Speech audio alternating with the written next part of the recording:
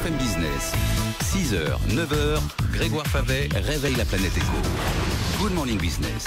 C'est une marque qui commence à s'installer, peut-être que vous la connaissez d'ailleurs, autour du recyclage des toiles de navires usagées. C'est 727 Sail Bags, ça c'est le nom de la marque, et c'est Erwan Goulin qui est avec nous, un des cofondateurs. Bonjour Erwan Goulin. Bonjour Grégoire. Merci d'être avec nous. Alors vous êtes un trio, c'est ça, à la tête de Sail Bags. 3 associés. Voilà, 3 associés. Alors ça a commencé il y a quelques années autour d'un fou furieux de la voile qui est le fondateur originel, on va dire. Jean-Baptiste Roger, qui était vice-champion du monde de catamaran en 2000 et qui en 2005 s'est mis à recycler ses propres voiles de son bateau familial pour faire ses premiers sacs.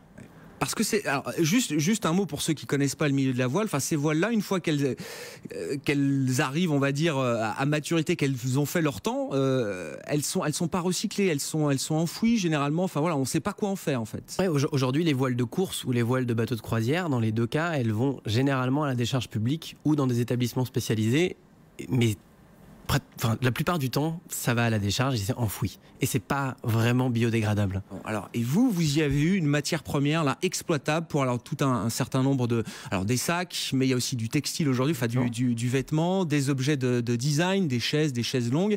Voilà, vous avez eu tout un univers que vous pouviez recréer à partir de ces voiles-là. En fait, au-delà de la matière qui est super à travailler, puisque c'est très solide, c'est plutôt étanche. C'est quelque chose qui est joli parce qu'il y a des fibres de matière. Au-delà de tout ça, c'est l'histoire du bateau qui est captivante. C'est qu'on peut recycler par exemple les voiles d'Éric Tabarly des années 60. On a réussi à les récupérer avec sa fille Marie pour transcender ces voiles et en faire des sacs, en faire des polos. Et ça, c'est redonner vie et redonner une histoire. Et c'est là où c'est le coup de génie marketing, c'est que sur chaque produit, vous avez cette petite fiche d'identité qui nous dit qui a été le skipper du bateau, où est-ce que le bateau est allé, sur quelle course il s'est engagé, est-ce qu'il a gagné. C'est fabuleux ça. Enfin, je veux dire, j'imagine même qu'il y a des gens qui vont acheter certains produits pour avoir la toile en l'occurrence. Quoi. Là, on a récupéré des voiles qui ont gagné une course très célèbre à San Francisco l'année dernière, c'était le bateau américain. Ouais. C'est des bateaux qui allaient au-dessus de l'eau, qui flottaient qui étaient sur des foils. Et ces voiles-là ont une histoire absolument incroyable pour les passionnés de voile. Mais après, même des petites voiles d'optimiste, ça peut faire plaisir à une maman d'offrir dans une voile d'optimiste à son enfant un maillot de bain fait avec un petit morceau de voile d'optimiste. Et ces voiles, vous les récupérez facilement là, à travers autour du monde là. Enfin, j'allais dire complètement autour du monde. Aujourd'hui, on a une jeune fille qui s'appelle Camille, qui a 23 ans, qui était en stage chez nous et maintenant qui est en CDI. Et cette personne, elle va en Croatie, en Turquie, aux États-Unis collecter les voiles. D'abord, on fait la France, évidemment, mais maintenant, on va de plus en plus loin pour les récupérer. Bon, alors, phase de développement, là, vous êtes en levée de fonds en ce moment, hein, vous cherchez encore un peu d'argent. Alors, je donne juste quelques chiffres. En 2014, on aura un chiffre d'affaires de quasiment 2 millions d'euros, c'est ça un petit peu? 1,7 million. 1,7 million. On aurait bien aimé 2 millions. Mais bon, 1 million. Voilà, j'arrondis, c'est bien. Je vous le fais à 2 millions. Et là, vous avez un nouveau business plan à 5 ans, là, face à vous, avec un besoin d'argent frais. Voilà, en fait, l'entreprise avait passé de 60 000 euros de chiffre d'affaires en 2009 à quasiment 2 millions, comme vous l'avez dit, j'ai bien aimé, en 2014. Et l'idée maintenant, c'est, on a trouvé une petite pépite. On a quelque chose qui est génial, qui marche très bien, et c'est maintenant de dérouler le filon. Donc on voudrait aller chercher 2 millions de chiffre d'affaires, 75 embauches, et pour ça on a besoin d'argent frais, comme vous l'avez dit, on a besoin de dette bancaire et de renforcer nos fonds propres avec des investisseurs. Et donc on est actuellement en train de voir des fonds, de voir des personnes physiques qui souhaiteraient investir dans l'entreprise. Et alors le business plan, c'est quoi là? Sur la partie commerciale, vous avez quelques boutiques en propre? Aujourd'hui on a 3 boutiques en propre et 50 boutiques qui nous revendent, un site internet marchand. Et ensuite, on travaille un petit peu à l'export. D'accord. Et l'idée, c'est d'avoir de plus en plus de boutiques en propre. Aujourd'hui, c'est marque à travers des flagships un peu partout. Vous avez tout à fait exactement raison. C'est aujourd'hui, il y a des succès français comme Bache, The Couples, Éric Bompard, qui ont créé des grosses sociétés, des belles sociétés aujourd'hui. Et on aimerait bien ouvrir un certain nombre de boutiques en France, dans des grandes villes de bord de mer, voire ensuite dans les pays limitrophes en Europe ou dans des mecs de la voile, Auckland, Miami, San Francisco, des choses comme ça. Dans quelques années, on va commencer par la France. Mais ça veut dire aussi derrière ces ambitions commerciales, ça veut dire que derrière, là, il y a aussi une ambition en matière d'industrialisation de votre procédé. Enfin, tout est fait à la main, tout est fait en France, à Lorient, je crois, c'est ça, Erwan Goulin.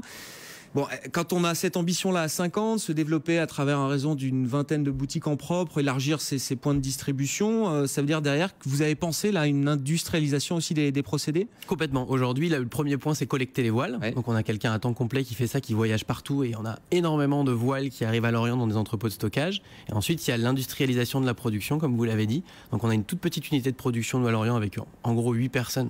entre 8 et 15 personnes, ça dépend des moments, qui travaillent. On travaille sur des achats de nouveaux outils industriels. On a déjà une machine allemande superbe pour découper les voiles, des machines à coudre. Mais ça, on va garder une unité très, très spécialisée chez nous, vraiment à la pointe de la techno, c'est ce qu'on veut faire. Et ensuite, travailler avec des experts. Parce qu'on se rend compte que nous, on est capable de fabriquer des sacs ou de la déco. En revanche, on ne sait pas faire de polo, on ne sait pas faire de maillot de bain, on ne sait pas faire de chaussures. Donc on a développé des partenariats avec des sociétés qui sont dans l'excellence, donc des sociétés qui sont en France et aussi un petit peu en dehors de France. Relativement proche. C'est une matière première qui vous pousse justement à être en pointe comme ça. C'est pas du textile classique évidemment. Vous dites on fait des polos en toile de, en toile de voile, mais l'intégralité du polo, c'est de la toile ou non, c'est un polo en coton. Il y a un petit rappel, c'est ça, d'accord. C'est un patch, comme exactement. Il y a différentes qualités de voile quand même, j'imagine. Donc, mais bon, porter un polo complètement en voile, ça peut être un peu. Pas donc, pour faire un polo, on utilise le spinnaker, qui est cette grande voile qu'on met par vente arrière, qui est très souple, très légère, et qui permet justement de ne pas avoir un polo qui fait 20 kg. 3 tonnes, oui, c'est ça. C'est juste un empiècement sur le polo. Et ça demande une technologie particulièrement innovante, aboutie là, en termes de fabrication, de conception. Pas forcément, mais en tout cas, l'expertise, elle est sur collecter les voiles les plus célèbres le plus loin possible. Ensuite, savoir qu'est-ce qu'on va faire de quelle voile. Parce que les gens qui débutent, généralement, ils prennent les mauvaises voiles pour les mauvais produits. On se retrouve avec des produits qui se déchirent, etc. Et nous, l'objectif, c'est d'avoir des produits les plus qualitatifs possibles. Donc là, vraiment le haut de gamme. Et donc pour ça, il faut avoir une vraie connaissance. Et tous les pros là sont au courant de votre initiative, hein, toutes les grandes régates, toutes les grandes courses au large. À chaque fois, ils ont tous en tête aujourd'hui. Vous les avez tous approchés, j'imagine. Aujourd'hui, quasiment tous les skippers jouent le jeu, sont des skippers recycleurs, parce qu'ils sont en plus sensibles à l'écologie. Après, on aimerait bien que les sponsors aussi s'intéressent. Certains veulent que leurs skippers recyclent leurs voiles, les transforment. Mais on a des grands sponsors comme Banque Populaire qui a gagné la Route du Rhum avec Loïc Perron, qui pourrait recycler les voiles et les offrir à ses collaborateurs ou les offrir à ses clients. C'est aussi un des marchés qu'on essaye de viser. Donc les grands sponsors pour qu'ils recyclent leurs voiles. Bon, nouveau plan à 5 ans donc pour 727 Sailbags. Merci beaucoup Erwan Goulin d'être venu nous voir, un des cofondateurs donc de 727 sur BFM Business.